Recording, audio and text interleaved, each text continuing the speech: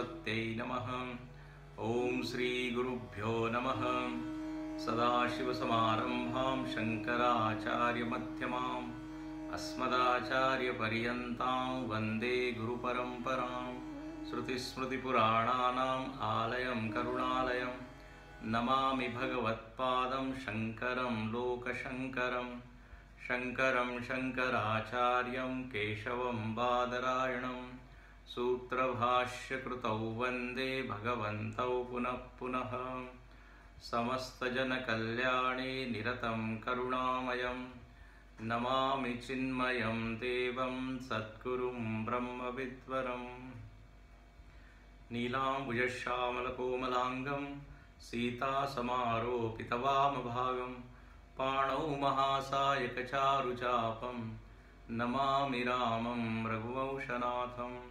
अतुलितबलधामं हेमशैलावदेहं दनुजवनकृशानुं ज्ञानिनामग्रगण्यं सकलगुणनिधानं वानराणामधीशं रघुपतिप्रियभक्तं वातजातं नमामि।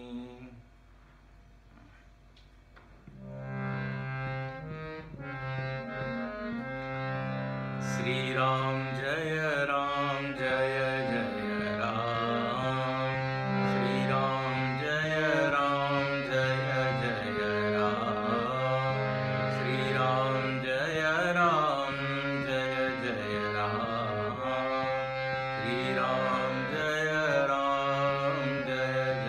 राम। श्रीराम जय जय राम। श्रीराम जय जय राम। श्रीराम जय जय राम।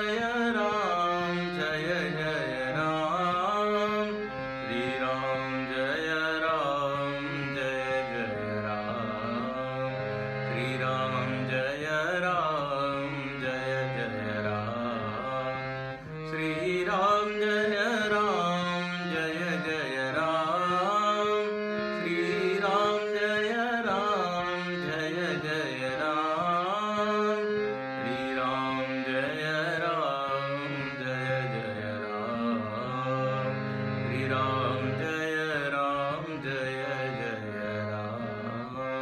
श्रीराम जय जय राम। श्रीराम जय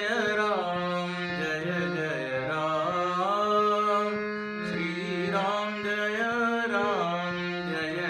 राम। श्रीराम जय जय राम। श्रीराम जय जय राम। श्रीराम जय जय राम। श्रीराम जय जय राम। श्रीराम जय जय राम। जय सिया राम जय रघुराम। सियावर रामचंद्र की जय। पवन सुत हनुमान की जय। उमापति महादेव की जय। श्री सद्गुरुनाथ महाराज की जय। हरिओम। हम लोग पिछले क्लास में भगवान के बाल स्वरूप को देख रहे थे कि भगवान ने अवतार लिया है अयोध्या में, और वह बाल रूप इतना प्यारा है, इतना मधुर है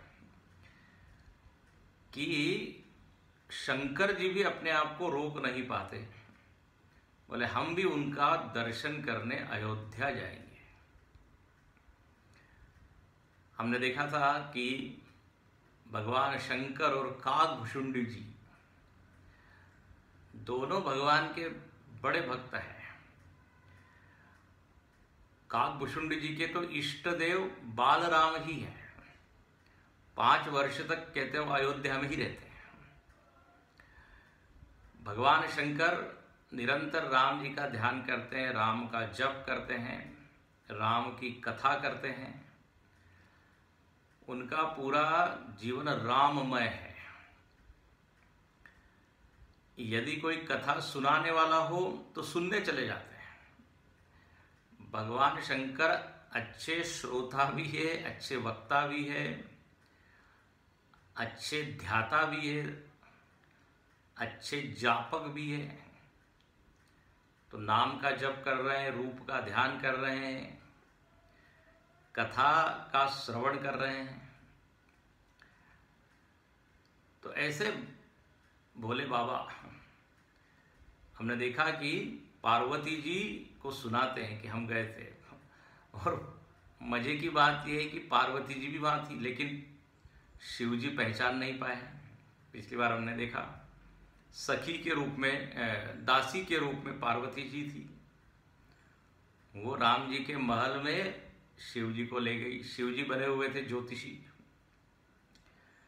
तो उस प्रसंग को हमने देखा, और ये बात समझ में आती है कि जहाँ व्यक्ति का प्यार होता है, प्रेम होता है, वहाँ वो खींचा चला जाता है, और वो कुछ भी बनने के लिए तैयार हो जाता है। शिव जी जादूगर बने, शिव जी ज्योतिषी बन गए, और काकभूषुंडी जी उनके चेले बन गए।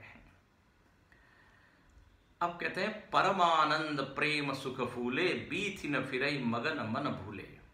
ये 195 के बाद छठी चौपाई है, 5th चौपाई। परमानंद, दोनों लोग जो है कई दिन तक उस अयोध्या में रहे और मस्ती से घूम रहे हैं।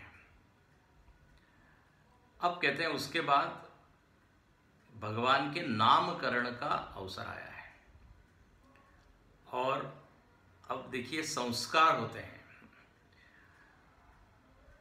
आजकल सबसे ज्यादा जो चीज उपेक्षित है वो है संस्कार। देखो, संस्कार से ही संस्कृति बनती है। संस्कृति की नींव क्या है, फाउंडेशन क्या है? संस्कार। आजकल हम कहते हैं अपना हिंदू संस्कृति, भारतीय संस्कृति नष्ट होते चली जा रही है। क्यों? क्योंकि उसकी जो आत्मा है, जिसके ऊपर संस्कृति खड़ी है, वो वैल्यूज और वो संस्कार ही गायब होते चले जा रहे हैं। उपेक्षा उनकी बड़े आराम से लोग कर देते हैं, और यदि कोई थोड़ा अच्छे से व्यवहार करता है तो लोग बोलते हैं बड़े पुरानपंथी, पुराने लोग हैं। आधुनिकता के प्रभाव में व्यक्ति अच्छी अच्छी चीजों को भूल रहा है, अच्छी परंपराओं को छोड़ रहा है, अच्छी मान्यताओं को छोड़ रहा है, और इस कारण संस्कृति का ह्रास हो रहा है। देखो, भगवान खुद आए तो यहां सारे संस्कारों से गुजरते हैं। 16 संस्कार बताए हैं। गर्भाधान, सीमांतोनयन, पुंसवन, चूड़ाकरण, जात कर्म, नामकरण। पिछली बार भी हमने शायद बताया था आपको। संस्कार का अर्थ ये होता है कि अच्छी उसको आदत देना ना, अच्छी भावनाएं उसमें डालना, उसको कहते संस्कार। संस्कार का वैसे मतलब होता है रिफाइनमेंट। जैसे हम अपने बालों का संस्कार करते हैं कि नहीं, केश संस्कार, हेयर कट करते हैं, बालों को सजाते हैं, तो वो बालों का संस्कार है। मुख का संस्कार करते हैं दिन में 50 बार, लेकिन मन का संस्कार हो रहा है कि नहीं, इस पर ध्यान कम जाता है। तो यहां पर अब एक संस्कार है, उसका नाम है नामकरण संस्कार। तो नामकरण संस्कार के लिए यहां वशिष्ठ जी को बुलाते हैं। देखिए, हर चीज का एक कौन होता है, विशेषज्ञ होता है, एक एक्सपर्ट होता है। जैसे हमको कोई कोर्ट केस वगैरह के बारे में कुछ चर्चा करनी है तो लीगल एडवाइजर होता है। आर्थिक मुद्दे के ऊपर, आर्थिक विषय के ऊपर यदि कुछ बात करनी है तो फाइनेंशियल एडवाइजर होता है। ऐसे ही धार्मिक आध्यात्मिक बात करनी है, उसके बारे में पूछना है तो कौन होता है, रिलीजियस एडवाइजर। उसी को पुरोहित बोलते हैं, पंडित जी बोलते हैं, उसी को गुरु भी कहते हैं। तो यहां पर 196 के बाद आप देखिए, यहां दशरथ जी नामकरण के लिए बुलाते हैं। कछुक दिवस बीते ही भांति, जातन जानिय दिन रुराती। नामकरण करवसर जानी, भूप बोली पठये मुनि ज्ञानी। करि पूजा भूपति अस भाषा, धरिय नाम जो मुनि गुनि राखा। इनके नाम अनेक अनुपा, मैं नृप कहब स्वमति अनुरूपा। जो आनंद सिंधु सुख राशि, सीकरते त्रैलोक सुपासी। सो सुख धाम राम रस नाम, अखिल लोकदायक विश्राम। अखिल लोकदायक विश्राम। कुछ दिन ऐसे ही बीते हैं। कहते हैं दिन और रात का पता ही नहीं लग रहा है। जब आनंद में व्यक्ति होता है तो समय उड़ जाता है। कहते हैं एक दिन दशरथ जी ने सोचा नामकरण होना चाहिए, और नामकरण उन्होंने किसी पुस्तक में से देख के नाम नहीं लिख लिया या दे दिया। आजकल लोग पुस्तक है नाम की, उसको देखते हैं और एक नाम रख देते हैं। कभी कभी बड़ा विचित्र नाम रखते हैं, समझ में आता नहीं वो हिंदू का ही नाम है, भारतीय का ही नाम है कि किसका नाम है। अच्छा, जब तक हम नाम रखते नहीं उस बच्चे को लोग अलग अलग ढंग से पुकारते हैं, चिंटू पिंटू चुन्नू मुन्नू सब। तो बोले नहीं नहीं, अब एक नाम तो होना चाहिए। अब यहाँ वशिष्ठ जी आए हैं जो उनके राजगुरु है। वो कहने लगे महाराज इनके तो बहुत सारे नाम हैं, लेकिन मैं अपनी मति के अनुसार सोच के इनका नाम रखता हूँ। और वशिष्ठ जी ने भगवान का नामकरण किया। बोले इनका नाम है राम। बोलिए सियावर रामचंद्र की जय। इनका नाम है राम। बोले राम का क्या अर्थ होता है? तो राम का अर्थ होता है जिसमें सब लोग रमते हैं उसको कहते हैं राम। तो फिर अब प्रश्न है किसमें सब लोग रमते हैं? तो बोले सभी लोग आनंद में रमते हैं। आनंद एक ऐसी चीज है जो कभी भी बोरिंग नहीं होती, उससे हम ऊबते नहीं हैं, उसमें पूरा जीवन हम रमना चाहते हैं। ये बात अलग है कि हमको उतना आनंद मिलता नहीं।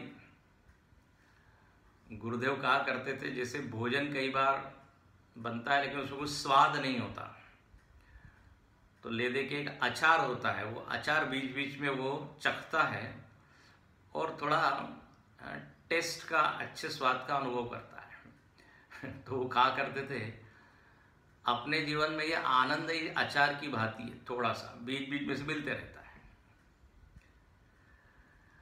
तो आनंद एक ऐसी चीज है जो सब लोग चाहते हैं, उसी में सब लोग रमते हैं।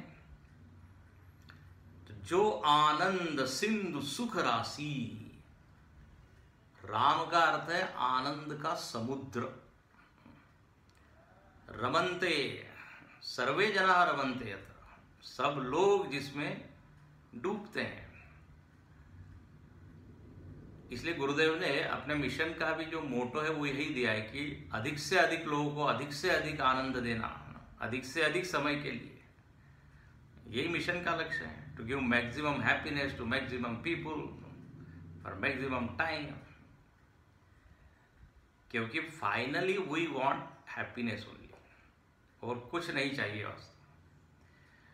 तो कहते हैं ये राम ही वह आनंद है जिसकी खोज में हम दिन रात लगे हुए हैं। और यहां पे लिखते हैं कि सीकर ते त्रैलोक सिपासी। राम जी वह आनंद तत्व है, वह आनंद है जिसके एक कण से, मतलब आनंद को समुद्र की उपमा दे तो समुद्र में पानी ही पानी है, तो आनंद सागर के एक कण से, एक बूंद से त्रिलोक जो है वो सुखी होते हैं। व्हाट एग्जाम्पल बताया ही जा रहा है कि भगवान में इतना आनंद है, इतना आनंद है, उसका एक कण त्रैलोक्य को मिल जाता है, त्रिभुवन को, तो वहां के लोग सुखी हो जाते हैं। तो एक कण से यदि तीनों लोगों के लोग सुखी हो रहे हैं तो उनका आनंद कितना होगा। इसलिए उसको कहते हैं अनंत आनंद, अनंत है। यहां पर ये जो बात लिखी है ना कि उनका एक कण जो है वो तीनों लोगों को सुखी करने वाला है, ये वास्तव में शंकराचार्य जी ने मनीषा पंचकम में भी लिखा है। यत् सौख्याम्बुदि लेश लेशत इमे शक्रादयो निर्वृता। आप यदि देखें मनीषा पंचकम तो उसका आखिरी श्लोक देखिए, उसमें ये पंक्ति आती है, बिल्कुल यही विचार कि जिसके परम तत्व वह आनंद है, जिसके एक लेश मात्र से शक्रादय इंद्र आदि देवता लोग सुखी होते हैं। मतलब ये इंद्र आदि देवताओं के पास जो सुख है वो उस ब्रह्मानंद का एक लेश, एक कण है। तो आप कल्पना कर सकते हैं कि उस तत्व में आनंद की मात्रा कितनी होगी। देखो तुलसीदास जी जो है इन्होंने बहुत ग्रंथ पढ़े हैं। ऐसा कहते हैं रामायण में लगभग 358 ग्रंथों का क्या है, निचोड़ है। गीता और उपनिषद तो इसमें बिल्कुल झांकते ही हैं। वेदांत के सारे सिद्धांत इसमें हैं। तुलसीदास जी की जो अध्ययन जबरदस्त है। उन्होंने पहले ही लिख दिया है, नाना पुराण निगमागम सम्मतम यत् रामायणे निगदितम क्वचित अन्यतोपि। बिल्कुल प्रारंभ में लिखा। जहां जहां से हमको अच्छा विचार मिला वो हमने इसमें लाके रख दिया। इसलिए रामचरितमानस अत्यंत मीठा, रसीला और साथ में ज्ञान प्रदान भी है। ज्ञान भी है, भाव भी है। वेदांत के फाउंडेशन पे, अद्वैत वेदांत के फाउंडेशन पे ये रामायण खड़ा है। तो इसमें आप बिल्कुल देखते हैं श्रुति मंत्रों का अर्थ दिया जाता है, गीता के श्लोक दिखाई देते हैं। तो कहते हैं ये ऐसे राम आनंद है। और लिखा सो सुख धाम राम असनामा। इनका नाम है राम और ये राम का अर्थ क्या है, सुख के धाम, जो सुख स्वरूप है, जहां किंचित भी अशांति, दुख, स्ट्रेस, स्ट्रेन, तान तनाव कहते हैं उसको मराठी में, बिल्कुल नहीं। इतने कठिन परिस्थिति में भी राम जी के मुख में जो हास्य है, जो मुस्कान है, वो कभी बिगड़ी नहीं। तो ऐसे आनंद रूप है। और अखिल लोकदायक विश्राम, बहुत सुंदर, संपूर्ण लोक को विश्राम देने वाले। विश्राम व्यक्ति को तभी मिलता है जब शांति हो, शांति तभी मिलती है जब आनंद हो। आपने कभी ऐसा बोला है क्या, अशांति है लेकिन हाँ आनंद है? दुख और शांति दोनों साथ नहीं चलती। तो विश्राम देने वाले मतलब आनंद देने वाले।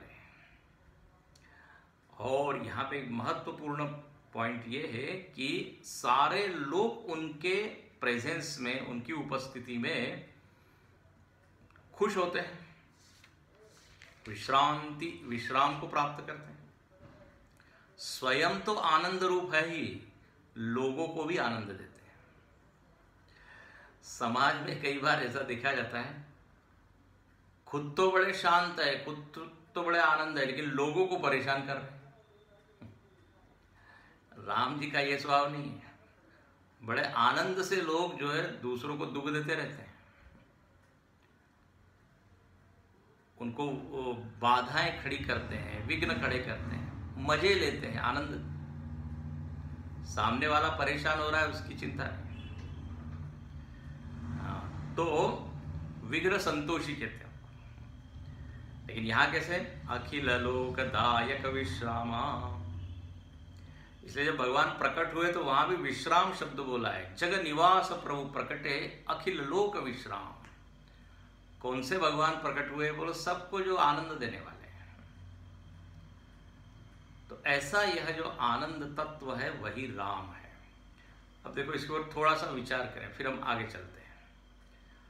थोड़ा विचार भी होना चाहिए ना, भाव तो है ही, कथा तो है ही। ये जो आनंद है ये किसी क्रिया का परिणाम नहीं है। पिछली बार हमने यहीं पे क्लास छोड़ी थी, प्रवचन पूरा किया था। आनंद जो है ना वह तत्व का नाम है, ब्रह्म का नाम है। कोई कर्म करने का फल आनंद नहीं है, या किसी विषय का गुणधर्म आनंद नहीं है। ये दो बात पक्की समझ लेनी चाहिए। किसी क्रिया या कर्म का फल नहीं है। यदि हम कहें कर्म का फल है, क्रिया का फल है, तो कौन सी क्रिया का फल आनंद है, जरा बताइए।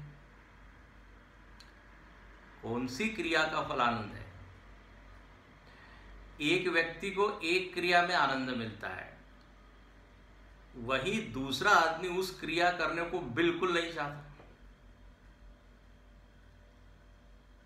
अब सपोज किसी को योगा इत्यादि में बड़ा आनंद है ना, योग आसन प्राणायाम, दूसरे की उधर वृत्ति है ही नहीं। किसी को टहलने में घूमने में बड़ा आनंद होता है, दूसरा कहता नहीं हम कमरे में ठीक है।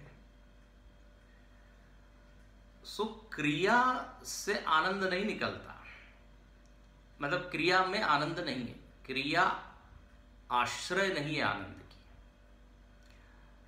हाँ, क्रिया के द्वारा जो छिपा हुआ आनंद है वो हम प्रकट कर सकते हैं। अब जैसे उदाहरण मैं देता हूं, दही का जब हम मंथन करते हैं, दधि मंथन, तो क्या होता है, मक्खन प्रकट होता है। अब मक्खन क्या, मंथन जो क्रिया है उसमें है क्या, ध्यान से सुनिए। वो जो चर्निंग हो रहा है, चर्निंग में मक्खन है कि दही में मक्खन है? दही में मक्खन है, दही का गुण है, दही में छिपा हुआ है। जो मक्खन है उसका आश्रय वो क्रिया नहीं है। ऐसे ही किसी कर्म से सुख मिलता है ऐसा नहीं, जो पहले से ही सुख है हाँ वो प्रकट हो जाता है। इसलिए किसी को कुछ करने में आनंद आता है, किसी को कुछ करने में। या आनंद की बात ऐसी है कि देखो भगवान ने इस आनंद को सब में डाला हुआ है। आनंद का जो मसाला है ना सब में डाला है।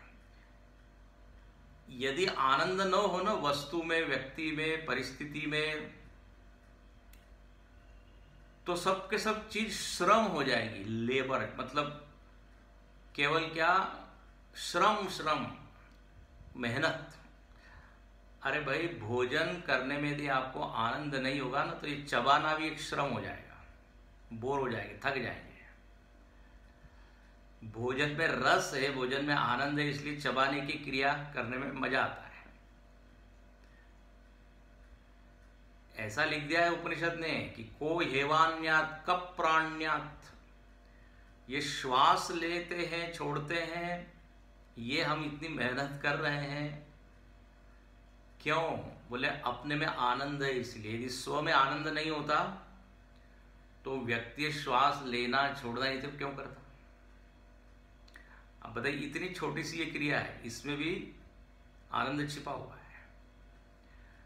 वस्तु में, व्यक्ति में, परिस्थिति में, संबंध में, भगवान ने सब में आनंद डाला है। संबंधों में भी आनंद है, इसलिए हम संबंध बनाते हैं। परिस्थितियों में हमको आनंद दिखता है, इसलिए परिस्थिति हम चाहते हैं। आनंद तत्व बिखरा हुआ है। जब ये आनंद हमको कहीं भी कभी भी नहीं मिलता तो फिर जीवन जीने का प्रयोजन ही उस व्यक्ति को लगता है खत्म हो गया। बोले अभी जीवन को धारण करने से क्या फायदा। और फिर आगे वो गड़बड़ काम करता है। सुबह सुबह मैं क्यों? तो आनंद सबको चाहिए, ऐसा कोई नहीं है। भगवान ने चींटी के लिए भी आनंद रख दिया है, कहाँ? उस शक्कर में, गुड़ में, इसलिए वो भी उधर भागती है। अब देखिए, ये आनंद तत्व यहां पे लिखा है, राम है। हमको ऐसा क्यों लगता है कि आनंद विषयों में? ध्यान से सुनना। आनंद यदि तत्व का ही स्वभाव है, स्वरूप है, स्वधर्म है, हमको तो लगता है विषय में आनंद है। खाने से सुख मिल रहा है, पीने से सुख मिल रहा है,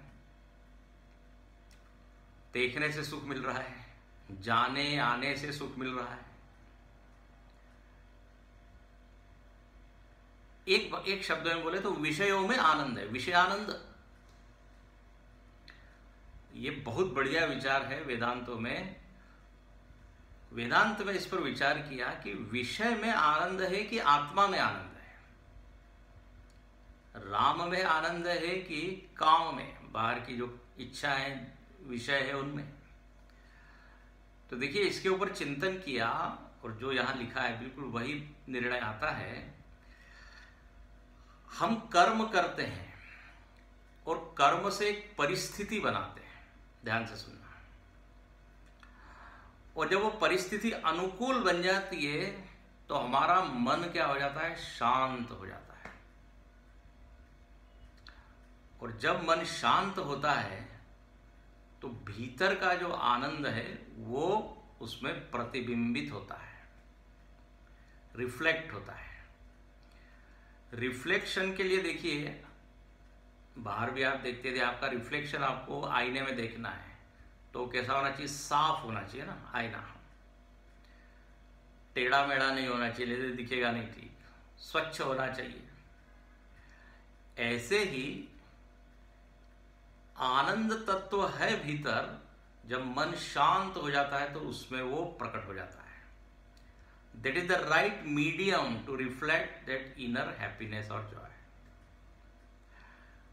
अब हुआ क्या? कर्म से परिस्थिति बनी, अनुकूल परिस्थिति, हम जैसा चाहते थे वैसी परिस्थिति बन गई। और जैसे ही वो परिस्थिति बनी, शांति शांति, और उस शांत मन में भीतर वाला आनंद व्यक्त हो गया। तो हमको लगा क्या कि कर्म से हमको आनंद मिला या परिस्थिति से आनंद मिला। एक्चुअली स्पीकिंग, परिस्थिति created a mood in mind. परिस्थिति ने मन में एक ऐसी शांत वृत्ति क्रिएट कर दी जिससे क्या हुआ? जो राम है, जो आनंद है, वो उसमें भासने लगा। अब और हमने क्या सुपर इंपोज कर दिया? परिस्थिति में सुख है? नो, कर्म में सुख है।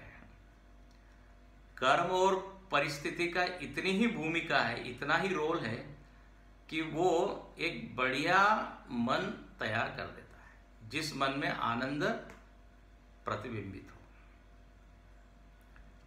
यह है थोड़ा समझने में कठिन। परिस्थिति को अनुकूल करना ये अपने हाथ में है, और वही हम करते रहते हैं दिन रात।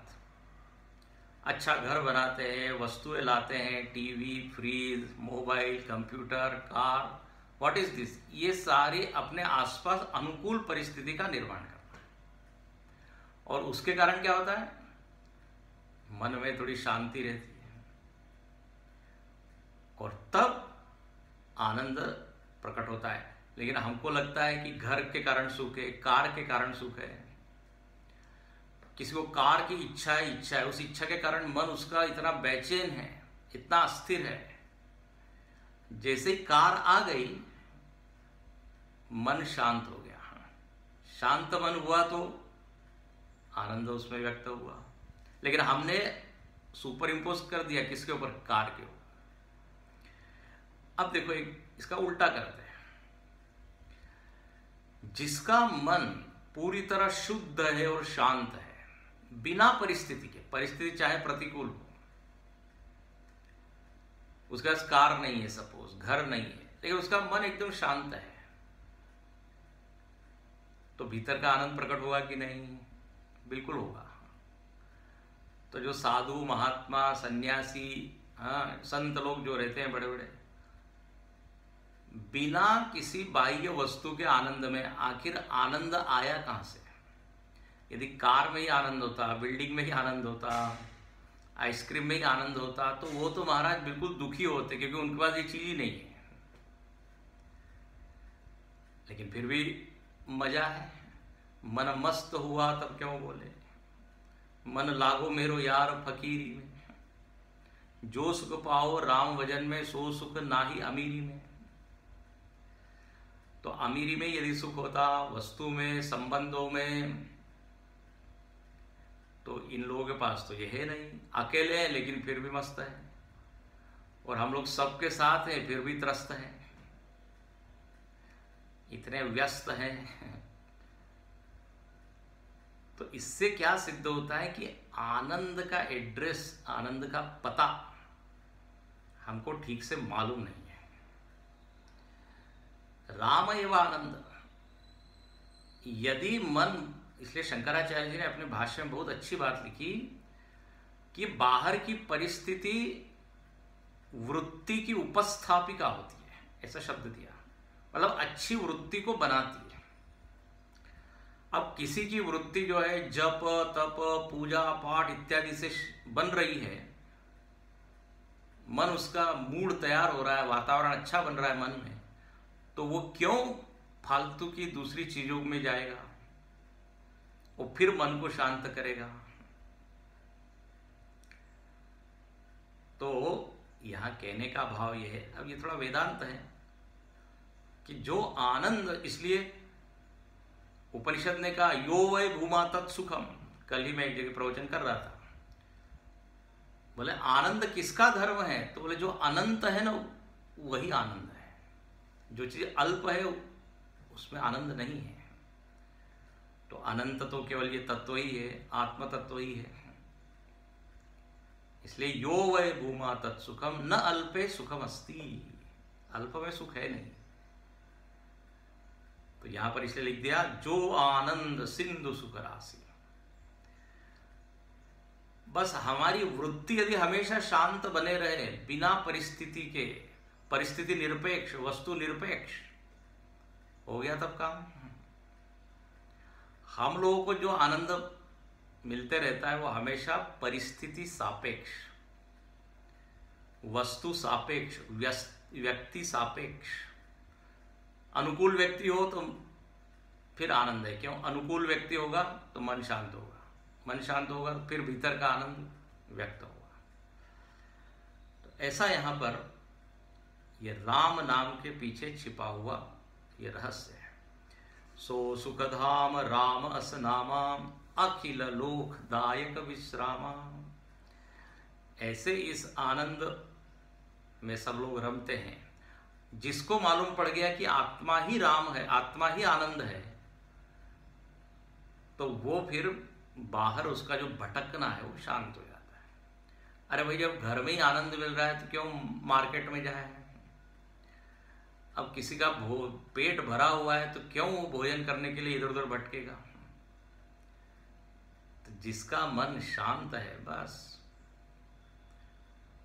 अशांतस्य कुतः सुखम, मन अशांत है तो वहां सुख नहीं होगा। हमारा मन वस्तु व्यक्ति परिस्थिति के बिना अशांत होता है, इसलिए उसके पीछे भागते रहते हैं। तो ये एक रहस्य यदि हम सहज समझ ले तो बहुत सी हमारी जो डिपेंडेंसी है ना, निर्भरता, वो खत्म हो जाएगी। आत्मनिर्भर। तो इस तरह ये राम नाम। अब आगे कहते हैं दूसरे जो भगवान के भाई है उनका नाम है भरत। भरत नाम का क्या अर्थ है? तो देखिए, विश्व भरन पोषण कर जोई, ताकर नाम भरत अस होई, जाके सुमिरन तेरी पुनासा, नाम शत्रुघ्न वेद प्रकाशा, लक्षण धाम राम प्रिय, सकल जगत आधार, गुरु वशिष्ठ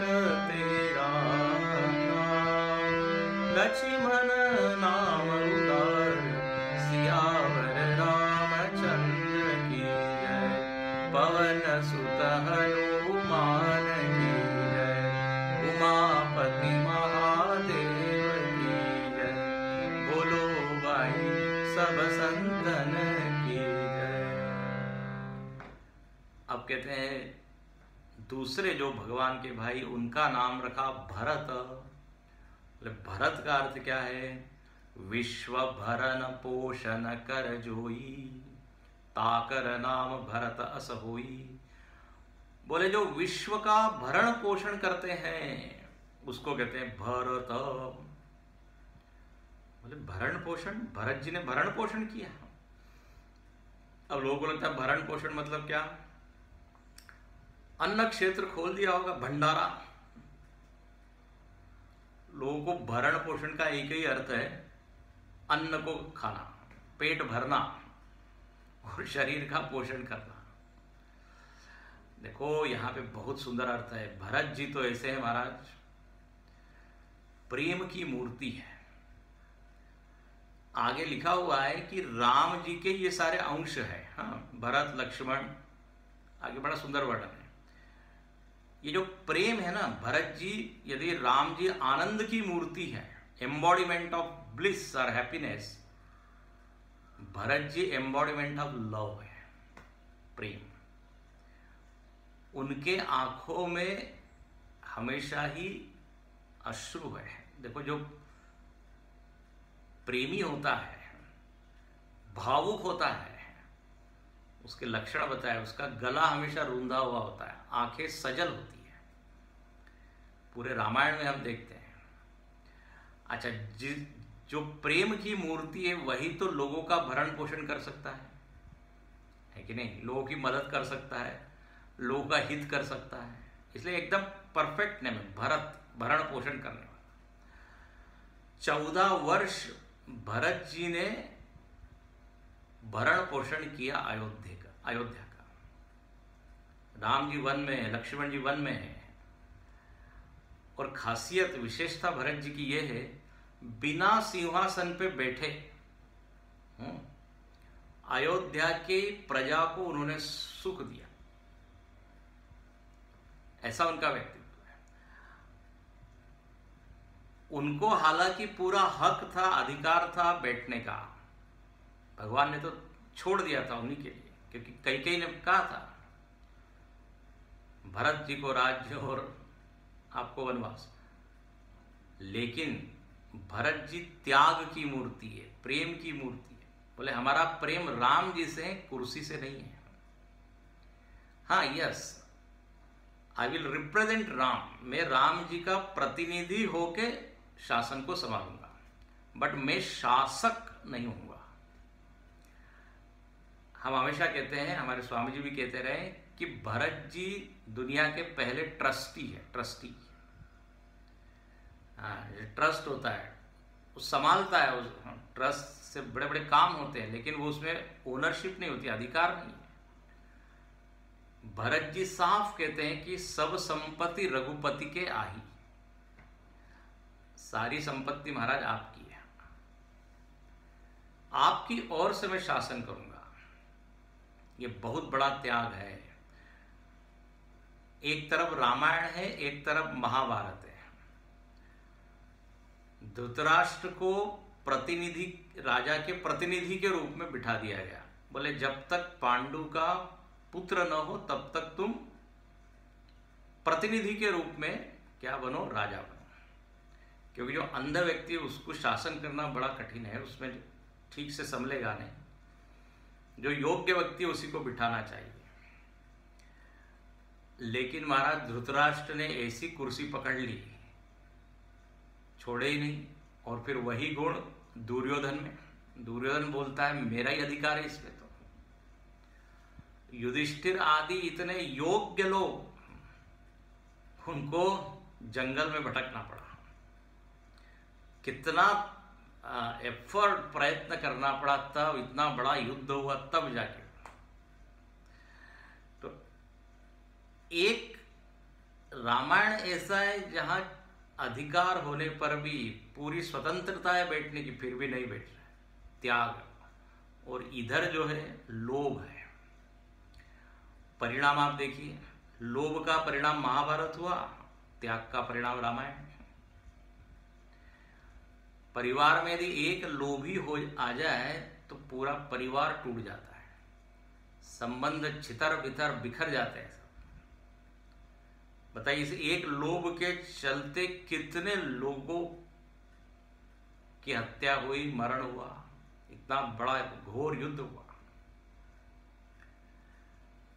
रामायण में तो त्याग की कंपटीशन है, त्याग की स्पर्धा है, कौन ज्यादा त्याग करता है। अभी हम देखेंगे भरत जी का चरित्र बहुत दिव्य है। तो भरण पोषण, अच्छा, भरण पोषण करने का मतलब केवल एडमिनिस्ट्रेशन संभालना इतना ही नहीं होता। भरण पोषण का अर्थ है लोग मन से भी आनंदित हो, सुखी हो। जैसे माता जो है, माता पिता बच्चों केवल भोजन ही नहीं कराती, बल्कि मानसिक सुख भी उनको देती है, प्यार से बोलती है ना, अच्छे विचार भी देती है। व्यक्तित्व का निर्माण तब होता है जब व्यक्तित्व के सारे आयामों का भरण पोषण हो। भोजन तो खूब खिला रहे, लेकिन कोई संस्कार नहीं दे रहे हैं, कोई प्रेम दे नहीं रहे हैं, व्यक्ति निर्माण नहीं होगा, व्यक्तित्व का, बढ़िया व्यक्तित्व का निर्माण नहीं होगा। तो भरत जी ने अयोध्या को ऐसे बढ़िया ढंग से संभाला, और बड़े वो सुरक्षा की भी उन्होंने इंतजाम किए, सिक्योरिटी। हनुमान जी जब वहां आए हैं, आकाश से उड़ रहे हैं, तो तीर चला है। भरत जी ने बोले, ये कौन आया है, अयोध्या में कौन प्रवेश कर रहा है। कथा आएगी आगे। मतलब इतने सतर्क है, इतने सावधान है। इसलिए भरत जी का ध्यान राम जी करते हैं। एक दिन राम जी वन में बैठे हुए ध्यान कर रहे हैं।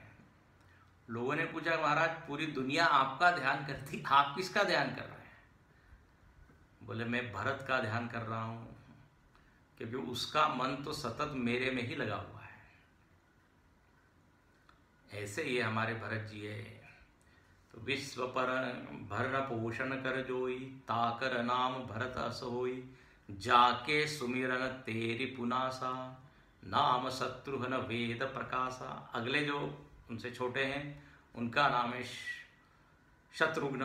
वैसे राम है, भरत है, फिर लक्ष्मण है और फिर शत्रुघ्न है, लेकिन यहाँ नामकरण में पहले शत्रुघ्न जी के लिए लिखा, क्योंकि लक्ष्मण जी के लिए तुलसीदास जी को पूरा एक दोहा लिखना है। हाँ, इसलिए उन्होंने सेपरेट पहले शत्रुघ्न जी का वर्णन किया। बोले, शत्रुघ्न जी कौन है। शत्रुघ्न शब्द का क्या अर्थ है। तो शत्रुम हंति, जो शत्रु को मारे उसका नाम है शत्रुघ्न। घ्न से क्या है, मारना। तो किसी ने कहा, हमारा शत्रुघ्न जी ने किसको मारा। शत्रुघ्न जी तो पूरे रामायण में मौन है, दिखते ही नहीं है, उनका कुछ आवाज ही नहीं है, उनका प्रेजेंस ही नहीं दिखता। शत्रुघ्न जी कहते हैं यही ठीक है। ऐसा कहा गया कि शत्रुघ्न जी आचार्य है, किस मार्ग के। बोले, दासानुदास, दास का भी मैं दास हूं। भरत जी जो है वो राम जी के दास है, और भरत जी के दास, भरत जी के पीछे कौन चलते हैं, शत्रुघ्न। बिल्कुल अपना नाम सामने आने नहीं देते। ये बहुत बड़ा त्याग है। फिर से देखिए, मौन रहते हैं। शत्रुघ्न जी ने यदि, रामायण की कथा में आता है, किसी को मारा होगा तो वो एक लवणासुर को मारा है, वो कथा आती है। और जब ये मंथरा आई है, मंथरा ने के सब जो गड़बड़ उसने की, तब उन्होंने एक मारा है मंथरा को। इसके अलावा ज्यादा कहीं शत्रुघ्न जी ने किसी को मारा हो ऐसा तो दिखता नहीं। लेकिन फिर भी इनका नाम शत्रुघ्न क्यों रखा। तो बोले, ध्यान से सुनना, इन्होंने सबसे बड़े शत्रु को मारा है, और वो बाहर का शत्रु नहीं है, भीतर का शत्रु है। और उस शत्रु का नाम है अहंकार। अहंकारी व्यक्ति बहुत शो ऑफ करता है, दिखाता है। शत्रुघ्न जी बिल्कुल, शत्रुघ्न जी में ये गुण नहीं है। क्यों। क्योंकि उन्होंने अहंकार को बिल्कुल राख कर दिया है, इसलिए मौन है, इसलिए छिपे। देखो, अहंकार से बड़ा कोई शत्रु नहीं। शत्रु का अर्थ आपको कभी बताया होगा, जो सताता है उसको कहते हैं शत्रु, शातनात शत्रु। अहंकार के कारण हम ही सबसे ज्यादा परेशान होते हैं। लोग तो होते ही है, अहंकार को लेके हम सब दूर घूमते हैं, स्टेटस से और ईगो। और थोड़ा भी सामने वाले व्यक्ति ने हमको मान नहीं दिया, सम्मान नहीं दिया, ईगो हर्ट होता है। बोले इसको मालूम नहीं मैं कौन हूं, कैसे बोलता है, कैसे देखता है, ठीक से जगह हमको नहीं दी। आपको होता है ये अहंकार के चलते, जो कि एकदम मीनिंगलेस चीज है, जिसका कोई अर्थ नहीं है, ईगो। इस ईगो के चलते बड़ी बड़ी चीजों को लोग छोड़ देते हैं। अच्छे अच्छे बड़े मित्र उनका त्याग कर देते, बोले उसने हमारे ईगो को हर्ट किया। अब बताइए, ईगो को संभालने के चक्कर में बड़ी बड़ी चीजें हमसे छूट गई। ये तो ऐसा ही है, कांच के टुकड़े को हम इकट्ठा करते रह गए और जो डायमंड है, जो हीरा है, उसको छोड़ दिया। बहुत होता है, अच्छे अच्छे संबंध टूट जाते हैं ईगो के चलते। क्या नहीं होता, अपना भी नुकसान, जगत का भी नुकसान।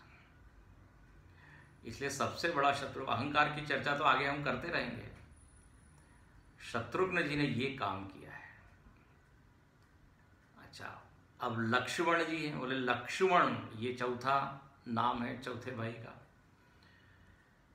लक्ष्मण शब्द का अर्थ क्या है? तो ये दोहे को फिर पढ़ते हैं। लक्षण धाम राम प्रिय, सकल जगत आधार, गुरु वशिष्ठ ते राखा, लक्ष्मण नाम उदार। लक्ष्मण शब्द का अर्थ होता है जो शुभ लक्षणों से युक्त है, लक्षणों के धाम है। लक्षण मतलब शुभ लक्षण, अच्छे लक्षण। और सकल जगत आधार, ये लक्ष्मण जी शेष भगवान के अंशावतार ऐसा बोलते हैं। शेष भगवान का क्या काम है? आधार देना है। पुराणों में वर्णन है, पृथ्वी को आधार दिए हुए हैं शेष भगवान। तो लक्ष्मण जी भी आधार के रूप में। और लक्ष्मण शब्द का देखो एक अर्थ, एक संत ने बड़ा अच्छा कहा, लक्ष्मण, लक्ष्मण ही बन गया लक्ष्मण। लक्ष्मण का अर्थ है जिसका मन हमेशा लक्ष्य की ओर रहे, उसको कहते हैं लक्ष्मण। लक्ष्मण जी राम जी की ओर सतत देखते रहते हैं, राम जी के साथ रहते हैं। जिनका मन किधर हमेशा लगा हुआ है, तो बोले राम की ओर, तो लक्ष्मण। देखो, राम जी का लक्ष्मण जी से प्रेम है, इतना गाढ़ा प्रेम है, दोनों बिल्कुल एक रूप है। इसलिए देखिए, समाज में, व्यवहार में भी यदि कोई दोनों भाई हो और बड़ा प्रेम हो उनमें, तो एकदम क्या बोलते हैं, अरे बिल्कुल राम लक्ष्मण जैसे। राम लक्ष्मण में अभिन्नता है। जब लक्ष्मण जी ने देह त्याग किया है तो राम जी रह नहीं सके। राम जी ने कहा अब मैं नहीं रह सकता। आता है वर्णन, अंत में हम देखेंगे। और लक्ष्मण जी जब मूर्छित हुए हैं युद्ध भूमि में, भगवान ऐसे रोते हैं, ऐसे बिलखते हैं, कहते हैं मुझको मालूम होता कि युद्ध करने से लक्ष्मण जी की ये स्थिति होती तो मैं युद्ध नहीं करता, मैं जंगल में आता नहीं, और ये आगे की सब घटना ही नहीं घटती। मैं दशरथ जी का वचन छोड़ देता। यदि मुझको ये मालूम होता कि लक्ष्मण जी ऐसे बेहोश हो जाएंगे और बिल्कुल बताइए मानो कि उनमें कोई प्राण ही नहीं है। इसका मतलब क्या है? राम जी का प्रेम जो है, इसलिए राम लक्ष्मण का आगे तो हम देखेंगे ही, राम जी का लक्ष्मण जी का संबंध कैसा है। जैसे एक व्यक्ति होता है और उसकी छाया होती है, ऐसे लक्ष्मण जी है। अन्य रामायण में लिखा बहिश्चर प्राण है, लक्ष्मण जी भगवान के ही बाह्य प्राण। और पीछे वर्णन आता है कि जब एक ध्वज लगाते हैं हम, तो ध्वज में एक होता है डंडा और एक होता है झंडा। तो रघुपति कीरति विमल पताका, दंड समान भयो जस जाका। लक्ष्मण जी डंडे की तरह है, हमेशा राम जी के पताका को ऊपर फहराते हैं। जब हम ध्वज को प्रणाम करते तो डंडे की ओर किसी का ध्यान नहीं जाता, लेकिन देखो आधार किसने दिया हुआ है उस पताका को? डंडे ने। तो लक्ष्मण जी का तो जबरदस्त चरित्र है। जब राम जी वन जाने को तैयार हुए तो लक्ष्मण जी ने कहा मेरा यहां क्या काम,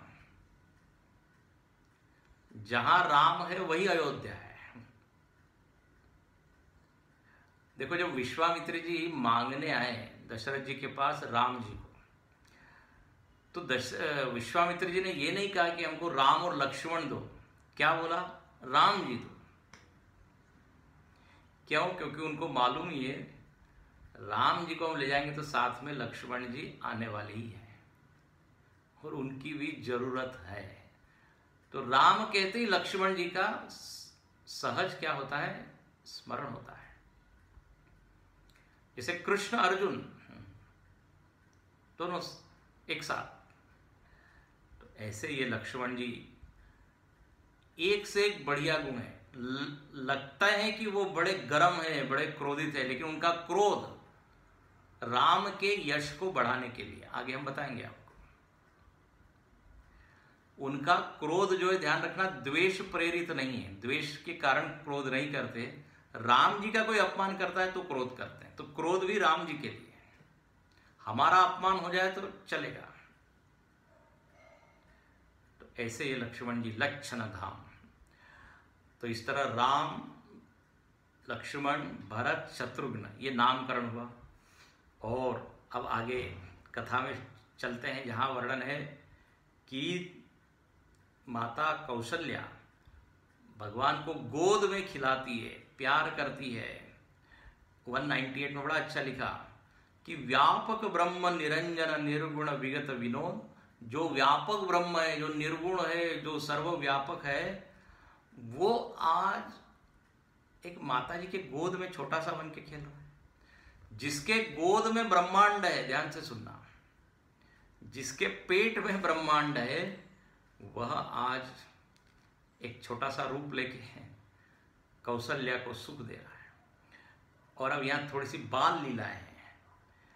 200 में लिखिए, 200 दोहा। प्रेम मगन कौशल्या निस दिन जात न जान, सुत स्नेह बस माता बाल चरित कर गान। बाल लीला देखो, राम जी की बाल लीला ज्यादा नहीं है। राम जी ने कहा वो मैंने रिजर्व रखी है, किसके लिए? कृष्णावतार। थोड़ी सी झलक जरूर यहां दिखाई है। और भगवान यहां बाल लीला करते समय बीच बीच में बता देते हैं कि मैं परमेश्वर हूं, क्योंकि कौशल्या माता ने ये चाहा था कि हमको वात्सल्य रस तो दीजिए, साथ में मेरा ये विवेक रहे कि आप परमात्मा है, आप भगवान हैं, कहीं मैं सामान्य बच्चे की तरह ही आपके साथ व्यवहार न करूं। तो बीच बीच में विराट रूप भी दिखा देते हैं। अब देखो एक बार ऐसा हुआ, 200 के बाद देखिए, एक बार जननी अनवाय करि सिंगार पल न पौड़ाय, निज कुल इष्ट देव भगवाना, पूजा हेतु कीन स्नाना। कहते हैं एक बार कौशल्या माता ने, अब छोटे से हमारे बाल राम हैं, उनको जो है बढ़िया से नहलाया धुलाया, उनका श्रृंगार किया। और माता जी लोग कैसी वो काजल का एक टिक्का लगा देते, नजर न लगे इसलिए वो भी लगा दिया। और पलना पोड़ा है, पालने में डाल दिया। बच्चा जब नहाता है तो उसके लिए नहाना ही एक बड़ी एक्सरसाइज होती है, थक जाता है और फिर उसको क्या आती है? नींद आती है। तो पलने में उनको सुला दिया। और कौशल्या जी ने कहा कि अब मैं थोड़ी पूजा कर लेती हूँ। इष्ट देव भगवान, अपने इष्ट देव सूर्य देव उनके इष्ट, उनकी पूजा करने के लिए गई। कहीं कहीं लिखा है रंगनाथ भगवान उनके इष्ट है, उनकी पूजा करने हो गई। हो करी पूजा नैवेद्य चढ़ाया, आप गई जहाँ पाक बनावा। पूजा करके उन्होंने नैवेद्य चढ़ाया और वो वहां गई जहां रसोई बनाई थी। तो आश्चर्य क्या उन्होंने देखा कि जो भगवान जो वहां पे पूजा घर में नैवेद्य चढ़ाया, वहां जो है भगवान जो है वो नैवेद्य खा रहे हैं। बोले अरे अभी तो मैंने इनको पालने में डाला ना, तो सोए हुए थे, वहां कहाँ गए?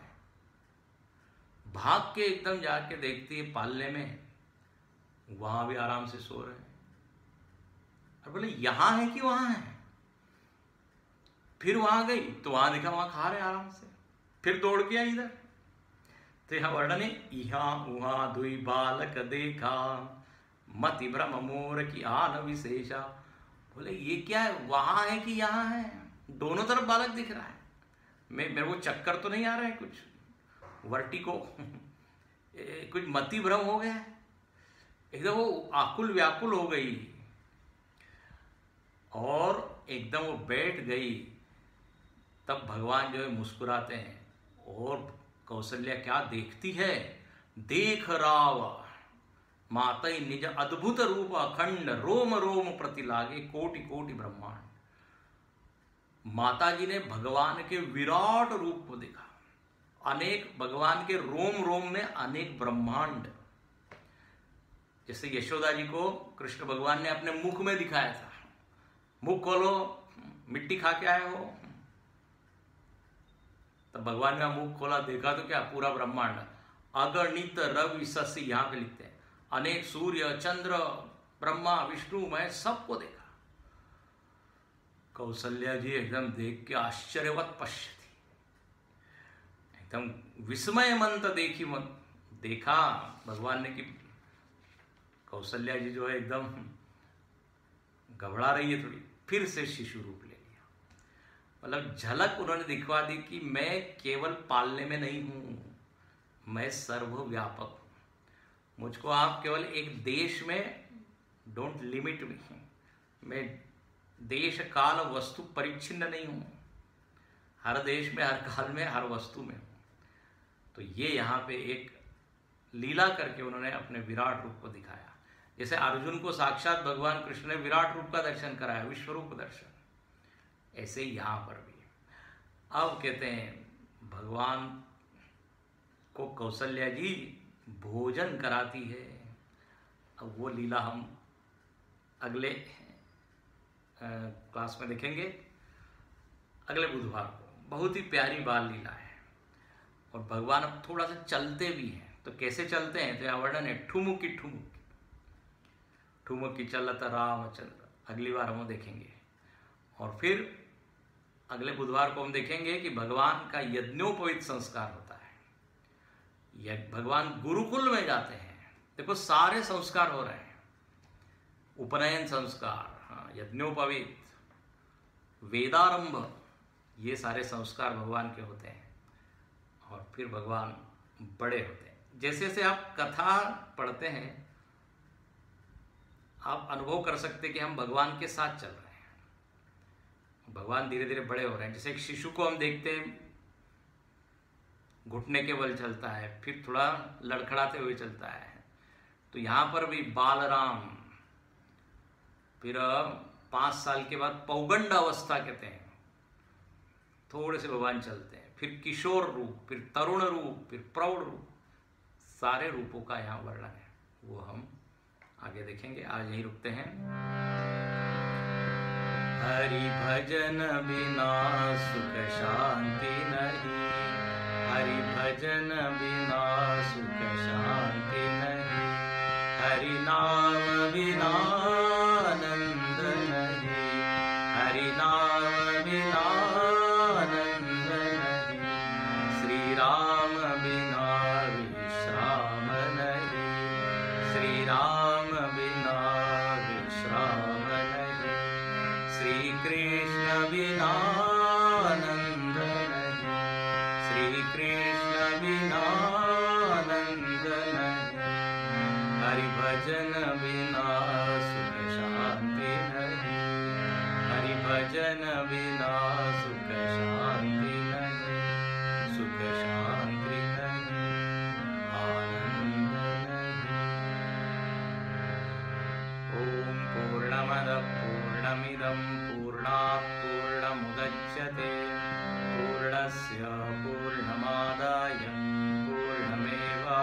विशिष्यते। ओम शांति शांति शांति। हरि ओम। श्री गुरु